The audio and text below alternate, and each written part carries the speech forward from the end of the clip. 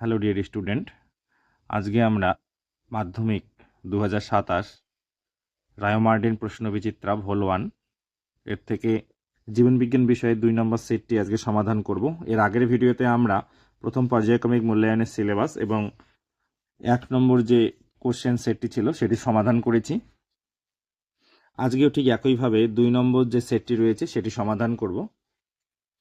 2 নম্বর সেটের প্রথম প্রশ্ন 1-1 বলছে বনচারালের পার্শ্বপত্রকে যে চলন দেখা যায় তা হলো সাঁতরা পাবলিকেশন, দুলাল চন্দ্র সাঁতরা, জীবনবিজ্ঞান ও পরিবেশ, এই যে বইটি রয়েছে চৌধুরী ভট্টাচার্য সাঁতরা। এর থেকে আমি উত্তর দেখিয়ে দিচ্ছি।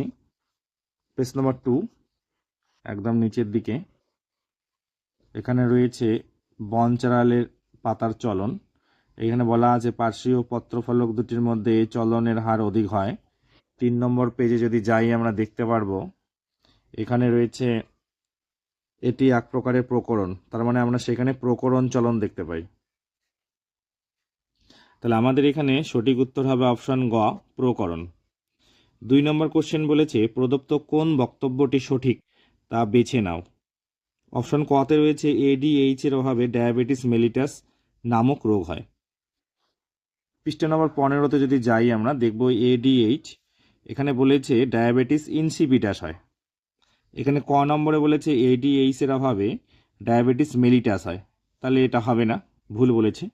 খতে বলেছে ইনসুলিন নিওগ্লুকোজেনেসিসের হার বাড়ায় ও গ্লাইকোলাইসিসের হার কমায়। পেজ নম্বর 16 মাঝামাঝি এখানে দেখো রয়েছে ইনসুলিনের ভূমিকা, যে যকৃতে নিওগ্লুকোজেনেসিস প্রক্রিয়ায় প্রোটিন ও ফ্যাট থেকে যে গ্লুকোজ উৎপন্ন হয় সেখানে প্রতিবন্ধক রূপে কাজ করে, মানে বাধা প্রদান করে। এবং এখানে রয়েছে দেখো ইনসুলিন কোষপর্দার ভেদ্যতা বৃদ্ধি করে পেশিকোষে গ্লুকোজের বিশেষণের হার বাড়ায় এবং গ্লাইকোলাইসিস প্রক্রিয়ায় গ্লুকোজকে পাইরুভিক অ্যাসিডে পরিণত হতে সাহায্য করে। আমাদের অপশন খতে নিওগ্লুকোজেনেসিসের হার বাড়ায় বলেছে, আমরা দেখলাম কমায়, এবং গ্লাইকোলাইসিসের হার কমায় বলেছে কিন্তু দেখলাম আমরা বৃদ্ধি করে, তার মানে খ অপশন হবে না। গতে বলেছে রিল্যাক্সিন হাড় উৎপাদ ও হৃদস্পন্দনের হার বাড়ায়, তো এখানে হরমোনের নাম লেখা নেই, স্বাভাবিক কারণেই অপশনটি পুরোপুরি ভুল দেওয়া রয়েছে। ঘ নম্বর বলেছে ইস্ট্রোজেন ডিম্বাণু উৎপাদন নিয়ন্ত্রণ করে। পেজ নম্বর 18 আমরা যদি দেখি ইস্ট্রোজেনের কাজ প্রথমে হচ্ছে ডিম্ব উৎপাদন। এভাবে পৃষ্ঠা নম্বর সহ প্রতিটি প্রশ্নের সমাধান পেতে, অর্থাৎ বিভাগ ক থেকে বিভাগ ঘ পর্যন্ত তোমাদের 5 নম্বরের যে কোশ্চেনগুলো রয়েছে সেগুলোর উত্তর পাওয়ার জন্য চ্যানেলটিকে অবশ্যই সাবস্ক্রাইব করবে। যারা আগের থেকে চ্যানেলটিকে সাবস্ক্রাইব করে রেখেছো তাদেরকে অসংখ্য ধন্যবাদ। যারা নতুন দেখছো অবশ্যই সাবস্ক্রাইব করবে। ভিডিওটি ভালো লাগলে অবশ্যই বন্ধুদের মধ্যে শেয়ার করবে। কোনো প্রশ্নের সমস্যা হলে অবশ্যই কমেন্টে জানাবে। 1-3 নম্বর প্রশ্ন প্রদত্ত কোন জোটটি সঠিক নয়, তার মানে এখানে একটি ভুল জোর দেওয়া রয়েছে, সেই জোটটি আমাদেরকে নির্ণয় করতে হবে। বই পৃষ্ঠা নম্বর 48 দেখব আমরা এখানে কি রয়েছে। ভি যে আকৃতির হয় সেটাকে বলা হয় মেটাসেন্ট্রিক, এল যেটা হয় সেটা হচ্ছে সাবমেটাসেন্ট্রিক, যে আকৃতির হলে অ্যাক্রোসেন্ট্রিক এবং আই আকৃতির হলে টেলোসেন্ট্রিক। আমরা এখানে দেখতে পাচ্ছি এই যে কতে বলেছে ভি আকৃতির, তার মানে মেটাসেন্ট্রিক। সাবমেটাসেন্ট্রিক ক্রোমোজোম বলছে এল আকৃতির, ঠিক আছে। গোয়াতে অ্যাক্রোসেন্ট্রিক ক্রোমোজোম যে আকৃতির, কিন্তু টেলোসেন্ট্রিক হবে গিয়ে আই আকৃতির, এখানে রয়েছে যে আকৃতির, তার মানে এইটাই হচ্ছে কি সঠিক নয়, অপশন ঘ হচ্ছে আমাদের সঠিক উত্তর। 1-4 বলেছে প্রদত্ত কোনটি প্রতিবর্ত পথের সঠিক ক্রম। পেজ নাম্বার 27 সঠিক ক্রম আমরা দেখে নেব। গ্রাহক, অন্তর্বাহী স্নায়ু বা সংজ্ঞাবহ নিউরন, স্নায়ু কেন্দ্র বা সুষুম্নাকাণ্ড, সংজ্ঞাবহ নিউরন বা বহির্বাহী স্নায়ু, তারপরে হলো গিয়ে কারক। অপশন খ হচ্ছে আমাদের সঠিক উত্তর, যে গ্রাহক, অন্তর্বাহী স্নায়ু, স্নায়ু কেন্দ্র, বহির্বাহী স্নায়ু এবং কারক। 1-5 নম্বর কোশ্চেন বলেছে তুমি মাইটোসিস কোষ বিভাজনের একটি দশায় সিস্টার ক্রোমাটিডকে আলাদা হতে দেখলে, দশাটি হলো। মাধ্যমিক 2017 সালে এসেছিল, এর উত্তর হবে গ অপশন এনাফেজ। 1-6 নম্বর প্রশ্ন দেখে নেব আমরা। ক স্তম্ভ এবং খ স্তম্ভ রয়েছে, এটিকে সমতা বিধান করে তারপরে আমরা অপশন দেখব। তো এতে বলেছে সিলিয়া, পেজ নাম্বার 32, এই যে সিলিয়ার সাহায্যে প্যারামেসিয়াম এর গমন, তার মানে সিলিয়া কার দেখা যায়, প্যারামেসিয়াম এর দেখা যায়। আমাদের এখানে সিলিয়া, এখানে রয়েছে প্যারামেসিয়াম, তো এ হচ্ছে গিয়ে 2। এরপরে রয়েছে বিতে ক্ষণপথ, পেজ নাম্বার 31 একদম নিচের দিকে যাব আমরা, দেখব এখানে ক্ষণপথ বা সিউডোপোডিয়া, দেখা যাক আর অ্যামিবার। তাহলে ক্ষণপথ বি এখানে হচ্ছে গিয়ে অ্যামিবা আছে 3। তাহলে বাকি ফ্লাজেলা কার দেখা যায়? ইউগ্লিনার। দেখে নেব আমরা 32 পেজ, ফ্লাজেলার সাহায্যে ইউগ্লিনার গমন। তার মানে ফ্লাজেলা দেখা যায় ইউগ্লিনার। তাহলে সি হচ্ছে গিয়ে 1। তাহলে এবার আমরা দেখছি এ হচ্ছে গিয়ে 2। তাহলে এ প্রথমে 2 ঠিক আছে ক অপশানে। বি হচ্ছে ক্ষণপথ 3, তাহলে বি এখানে 1 আছে, হবে না। খ অপশানে এ হবে না, 3 দেওয়া আছে। গ অপশানে এ 2 ঠিক আছে, বি 3 ঠিক আছে, সি 1। তার মানে অপশান গ হচ্ছে আমাদের সঠিক উত্তর। এরপরে হচ্ছে 1-7 ক্যারিওকাইনেসিসের সর্বাপেক্ষা দীর্ঘস্থায়ী দশাটি হলো পেজ নাম্বার 47 প্রোফেজ। ক্যারিওকাইনেসিসের প্রোফেজ দশা। তো এটি নিউক্লিয়াস বিভাজনের প্রথম এবং দীর্ঘস্থায়ী দশা। তাহলে দীর্ঘস্থায়ী দশা হলো কি আমাদের প্রোফেজ, অপশান ক হচ্ছে কি আমাদের সঠিক উত্তর। 8 নম্বর কোশ্চেন, প্রদত্ত কোন জোটটি সঠিক তা নির্বাচন করো। অপশন কতে রয়েছে সেরিবেলাম দর্শন ও শ্রবণ প্রতিবর্তের নিয়ন্ত্রণ, মানে সেরিবেলাম দর্শন ও শ্রবণ প্রতিবর্তের নিয়ন্ত্রণ করে। দেখে নেব আমরা পেজ নম্বর 25, সেরিবেলাম একদম নিচের দিকে। 6 নম্বর সেরিবেলাম মানে লঘু মস্তিষ্ক, এখানে কি করে? দেহ ভারসাম্য নিয়ন্ত্রণ, প্রত্যাবর্তী স্নায়ুকেন্দ্র রূপে কাজ করে। তাহলে আমাদের এখানে ক অপশনটি ভুল রয়েছে। খ অপশনে দেখি সেরিব্রাম বুদ্ধি ও আবেগ নিয়ন্ত্রণ। 25 পেজে আমরা দেখব সেরিব্রাল, এখানে বুদ্ধি এবং এখানে মানসিক বোধ মানে হচ্ছে কি আবেগ নিয়ন্ত্রণ করে। তার মানে আমাদের অপশন ক্ষয় হচ্ছে কি সঠিক উত্তর। বাকিগুলো তোমাদের 25 পেজে আছে, তোমরা দেখতে পারো, এগুলো ভুল দেওয়া রয়েছে, ক্ষয় হচ্ছে আমাদের সঠিক উত্তর। এরপরে চলে যাব আমরা বিভাগ খতে। 2 নম্বর কোশ্চেনের 2-1 বলেছে অ্যাক্সনের মেডুলারি সিট ও নিউরিলেমার মাঝে ড্যাশ কোষ থাকে। পেজ নাম্বার 21, এখানে দেখব মেডুলারি আবরণ ও নিউরিলেমার অন্তর্বর্তী স্থানে সোয়ান কোষ থাকে। তাহলে শূন্য স্থানে উত্তর হবে সোয়ান কোষ, লিখব সোয়ান কোষ। 2-2 বলেছে ক্রোমোজোমের প্রান্তীয় মেরুকে ড্যাশ বলে। পেজ নাম্বার 41, ক্রোমোজোমের 2 প্রান্তকে টেলোমিয়ার বলে।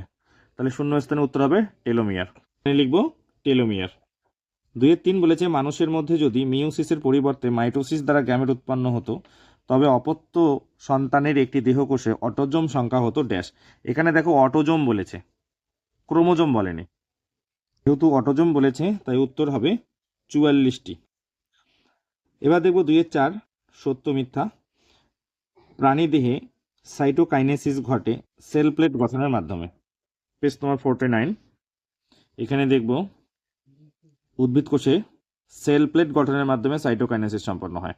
তার মানে প্রাণী কোষে ঘটে না, এটা উদ্ভিদ কোষে ঘটে। এখানে 2-4 উত্তর হবে মিথ্যা। নেক্সট 2-5 বলছে অ্যাড্রেনালিন হরমোন লালাগ্রন্থির ক্ষরণ ও পৌষ্টিকনালীর বিচলন বৃদ্ধি করে। তো এটি হবে কি মিথ্যা। এরপরে রয়েছে 2-6 অ্যান্ড্রোজেনের অপর নাম টেস্টোস্টেরন, এটি সত্য। এরপরে রয়েছে স্তম্ভ এর সাথে স্তম্ভ বি মেলানো। আমরা পৃষ্ঠা নম্বর 6 এর উত্তর দেখে নেব। এ স্তম্ভ তো রয়েছে সুপ্যারেনাল গ্রন্থি। পৃষ্ঠা নম্বর 17 অ্যাড্রেনাল গ্রন্থি, এই যে সুপ্যারেনাল গ্রন্থি বলা হয়। আমাদের 2-7 সুপ্যারেনাল গ্রন্থি কার সাথে হবে? অ্যাড্রেনাল গ্রন্থি হবে গিয়ে খ সাথে। পিনিয়াল গ্রন্থি, এটি আমাদের সাঁতরা পাবলিকেশনের বইয়ের মধ্যে নেই, এর উত্তর আমি বলে দিচ্ছি, এটা হচ্ছে গ, এটাকে বলা হয় জৈবিক ঘড়ি। এরপরে রয়েছে অঙ্কোজিন, এটি আমাদের বর্তমান সিলেবাসে নেই কিন্তু পেজ নম্বর 122 ক্যান্সার অঙ্কোজিন। তাহলে আমাদের অঙ্কোজিন হবে গিয়ে ক। এরপরে রয়েছে 2-10 টেন্ডনের কাজ কি। পেজ নম্বর 34 টেন্ডন অস্থি দুটিকে পেশির সঙ্গে যুক্ত রাখে। 2-11 বিসদৃশটি বেছে লেখো। এখানে বিসদৃশগুলোর মধ্যে আমরা যদি IAA দেখি, এটিও হচ্ছে একটি কৃত্রিম অক্সিন। NAA সেটাও কৃত্রিম অক্সিন। IPA এটাও কৃত্রিম অক্সিন। 2,4-D এটাও কৃত্রিম অক্সিন। কিন্তু 2,4-Dকে আমরা আগাছানাশক হিসেবে ব্যবহার করি, বা এগুলো আগাছানাশক কোনো ধর্ম নেই। এই ক্ষেত্রে আমরা কিন্তু এটাকে 2,4-Dকেই আমরা বিসদৃশ বেছে নিতে পারি।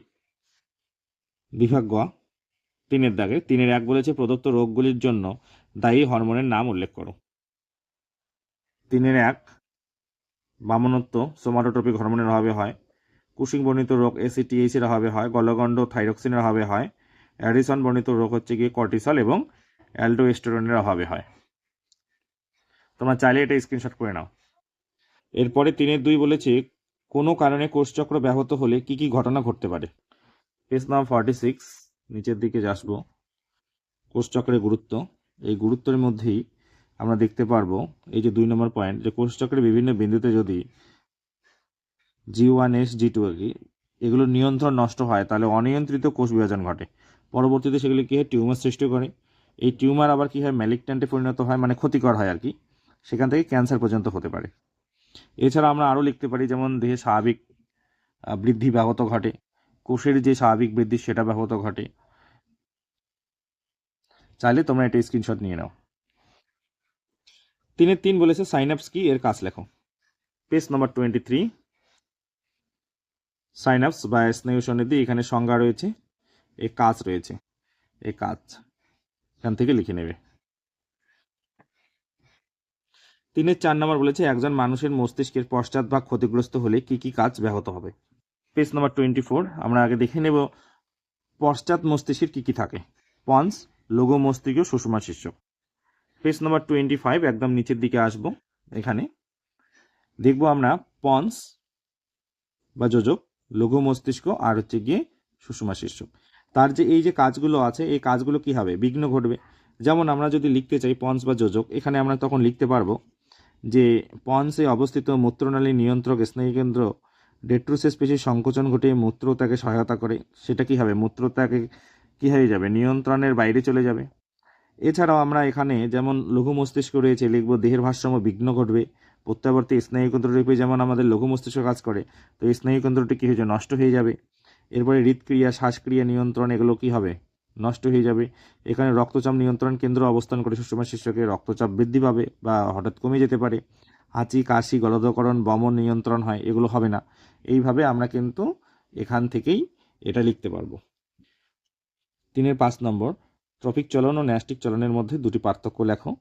এই প্রশ্নটি আমরা মডেল 1-এ করেছি এবং এই মডেল 1-এর মধ্যে 3-1 দাগের প্রশ্নটি ছিল এটি। তোমরা যারা করনি অবশ্যই দেখে নেবে, আর যারা করেছো তাদের তো এটি সলভ হয়ে গেছে। 3-6 নম্বর বলেছে গমন মাত্রই চলন কিন্তু চলন মাত্রই গমন নয়, উদাহরণ সহযোগে ব্যাখ্যা করো। আমি প্রশ্ন উত্তরটি এখানে লিখে রেখেছি, দেখে নাও। যে গমন হলো জীবের এক স্থান থেকে অন্য স্থানে স্থান পরিবর্তন, যা চলনের একটি রূপ। তাই সব গমনেই চলন, কিন্তু চলন মানে জীবের অঙ্গ প্রত্যঙ্গের সঞ্চালন হয়, যা স্থান পরিবর্তন ছাড়াই হতে পারে। তাই সব চলনে গমন নয়। উদাহরণটা কি, একটি অ্যামিবার চলন হলো গিয়ে গমন, কারণ অ্যামিবাটা কী করছে, স্থান পরিবর্তন করছে। কিন্তু একটি লজ্জাপতি গাছের পাতা স্পর্শ করলে নুয়ে পড়ে, এটি চলন হলেও কিন্তু গমন নয়, কারণ এর স্থান পরিবর্তন হচ্ছে না। এরপরে বিভাগ ঘ 4-1 বলছে একটি স্নায়ু কোষের চিত্র অঙ্কন করে প্রদত্ত অংশগুলি চিহ্নিত করো। এটা হচ্ছে আমাদের মডেল, আমরা যে 1 নম্বর সেটটা করেছি সেখানকার 4-1 দাগের প্রশ্ন। অথবা প্রশ্ন রয়েছে একটি ইউক্যারিওটিক ক্রোমোজোমের অঙ্গসংস্থানের চিত্র অঙ্কন করে প্রদত্ত অংশগুলি চিহ্নিত করো। এটাও কিন্তু আমরা মডেল 1-এই করেছি এবং সেটি 4-1 দাগের অথবাতে ছিল। তোমরা যারা দেখোনি অবশ্যই এই প্রশ্নটির উত্তর 1 নম্বর মডেলে গিয়ে দেখে নাও, কত পেজে রয়েছে, আমরা সেটা ভালোভাবে বিশ্লেষণ করেছি। এবার 4-2 উদ্ভিদের ফটোট্রপিক ও জিওট্রপিক চলন নিয়ন্ত্রণে অক্সিন হরমোনের ভূমিকা লেখো এবং আগাছা দমনকারী হরমোনের নাম কি। পেজ নম্বর 9 ট্রপিক চলন নিয়ন্ত্রণে অক্সিন হরমোনের ভূমিকা, এখানে চিত্র সহ রয়েছে অক্সিন প্রভাবে ফটোট্রপিক চলন এবং নিচে অক্সিনের প্রভাবে জিওট্রপিক চলন, চিত্র সহ বর্ণনা রয়েছে, এখান থেকে তোমরা এর উত্তর দেখবে। পৃষ্ঠা নম্বর 12 আগাছানাশক হিসাবে কৃত্রিম অক্সিনের ভূমিকা, এখানে 2,4-D এর ভূমিকাটা লিখতে হবে। 4-2 অথবা বলেছে হরমোনের ফিডব্যাক নিয়ন্ত্রণ কীভাবে ঘটে, শব্দছকের সাহায্যে দেখাও এবং এর সাথে রয়েছে রক্তে শর্করা নিয়ন্ত্রণে ইনসুলিনের ভূমিকা উল্লেখ করো। পেজ নম্বর 13 এখানে ফিডব্যাক নিয়ন্ত্রণ, এই যে ছক রয়েছে এখান থেকে এটা করবে। পেজ নম্বর 16 ইনসুলিনের ভূমিকা, কিভাবে ইনসুলিন আমাদের শরীরে শর্করা নিয়ন্ত্রণ করে, এখান থেকে এই পর্যন্ত রয়েছে, এটা তোমরা দেখে নেবে। এরপর 4-3 প্রোফেজ ও টেলোফেজ হলো কোষ বিভাজনের দুটি পরস্পর বিপরীতধর্মী দশা, উক্তিটির যথাযথ বিচার করো। তার সাথে রয়েছে মাইটোসিস, কোষ বিভাজনকে আমরা সমবিভাজন বলি কেন। প্রথম অংশের প্রশ্নটির জন্য এই অংশটি তোমরা স্ক্রিনশট করে নিতে পারো। পরের অংশের জন্য পেজ নম্বর 45 এখানে যে সবুজ বাক্সটি রয়েছে সময় বিভাজন বা সদৃশ বিভাজন সেম, এটুকু লিখবে। 4-3 অথবা প্রশ্ন বলেছে প্রদত্ত বিষয়ের উপর ভিত্তি করে উদ্ভিদ কোষের মাইটোসিস ও প্রাণী কোষের মাইটোসিসের মধ্যে পার্থক্য, বেমতন্তু গঠন এবং সাইটোকাইনেসিস পদ্ধতি। তার সাথে রয়েছে কোষ বিভাজনের জিনের পুনর্বিন্যাস ও বা রিকম্বিনেশন কিভাবে ঘটে। প্রথম অংশের প্রশ্নের উত্তরের জন্য 49 পেজে তোমরা একদম নিচের দিকে আসবে, এখানে রয়েছে উদ্ভিদ কোষের মাইটোসিস বা প্রাণী কোষের মাইটোসিসের পার্থক্য, সেম বিষয় রয়েছে, এটা তোমরা দেখে নেবে। পরবর্তী অংশের জন্য পেজ নাম্বার 51, এখানে 1 নম্বর জিনের পুনর্বিন্যাস হয় ক্রসিং ওভারের পর, ফলে ক্রোমোজোমের মধ্যে জেনেটিক পদার্থের বিনিময় ঘটে, গ্যামেটগুলিতে নতুন জিনের বৈশিষ্ট্যের প্রকাশ ঘটে, ভেদ বা প্রকরণ সৃষ্টি হয়, প্রজাতির অভিব্যক্তিতে সাহায্য করে। এটা না হলেও তোমরা স্ক্রিনে দেওয়া উত্তরটির থেকেও এটা করতে পারবে। থ্যাংক ইউ ভিডিওটিকে শেষ পর্যন্ত দেখার জন্য। ভালো লাগে অবশ্যই লাইক করবে, বন্ধুদের মধ্যে শেয়ার করে দেবে। কোনো প্রশ্নের সমাধানের জন্য অবশ্যই কমেন্টে জানাবে।